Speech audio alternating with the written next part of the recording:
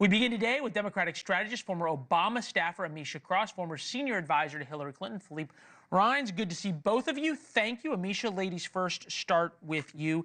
Is there a feeling in the Democratic Party we wish Joe Biden well, but we also wish him gone? Well, I think it's we wish Joe Biden well. It is obviously, there were several Democratic losses at the last election and a movement forward. Can we continue and have Joe Biden be a part of that conversation? I think that because of those losses, because of the change in the ticket, there are some who will say no. But in addition to that, it was that they cannot translate or have not been able to translate on the road Biden's victories, be it whether it's infrastructure, be it whether it's job creation, be it whether it's, expansion of healthcare and healthcare access. There are so many things that Biden did that are things that the American public asked there was for a time, that, right? quite frankly, did not translate on the ground in terms of the messaging. Yeah, there was a time that we were told Joe Biden's real problem was he wasn't talking enough about his successes. And that somehow was explaining why he wasn't doing well in the polls. Philippe, I thought this was interesting when Joe Biden talked about pushing money into the American economy. Take a listen. I also learned something from Donald Trump. He signed checks for people for $7,400 because we passed the plan. And I didn't. Stupid. Does Joe Biden, I guess Joe Biden thinks he can define his legacy. Can he? Sure, because he's had a great run. And I think you have to remember something is that he's not just president of the United States for 4 years. He was vice president for 8 years. He was a senator for decades.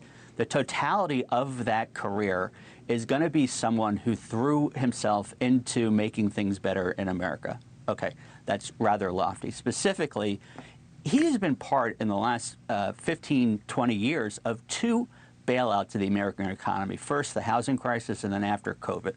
As remarkable. He's looking out over 16 million new jobs, an unemployment rate average that is lower than in 50 years. And the lowest approval I think it's a little bit in much. History. Well, at this point, everyone's approval is down in the, I can't really say it, in the gutter, as is President Trump's. But look, any Democrat that says they are looking forward to Joe Biden leaving isn't a Democrat, because when he leaves, what they're going to get is Donald Trump Part 2, and it's going to be worse. They're going to get a Republican-controlled Senate, and now it's going to be an entire Congress. It's basically going to be what it was from 2017 to 2019. So I think people who are losing their minds are just being a little apoplectic for dramatic purposes. Okay. And, but I hear you. I hear you. That said, never underestimate Republicans' ability to screw things up, right? Well, that's what Democrats can always count on. They did between 2017 and 2018. If Biden compares to any modern president, people said this for the past 2 years. We made the argument, Jimmy Carter. Inflation helped sink the Carter presidency, just as it did Biden's Soviet invasion of Afghanistan. Foreign policy problem, the Taliban takeover of Afghanistan damaged Biden. There's a lot there. Amisha, how do Democrats not have happened to them what happened to them after Carter, which was 12 years in the wilderness until Bill Clinton? I think that they have to, and they're poised to choose another DNC chair.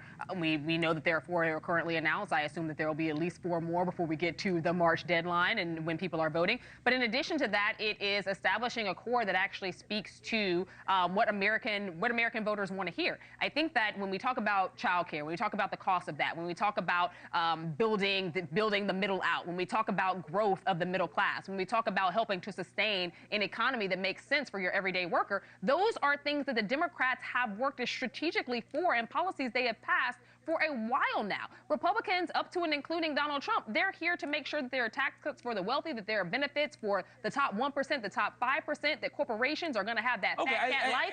At the end of the day, Democrats are that party for the working class. I think they have to have a except the working class doesn't seem to think that. At least they didn't this past election. Thanks for watching. Go to joinnn.com to find NewsNation on your television provider. And don't forget to click the red subscribe button below to get more of NewsNation's fact-driven, unbiased coverage.